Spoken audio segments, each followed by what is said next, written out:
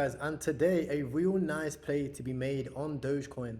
If we take a look at the chart here, you can see that we have had a bullish cross exactly like you have seen on the weekly of BTC. And as you can see now, we have just broken out above the 200 EMA and also above the cloud.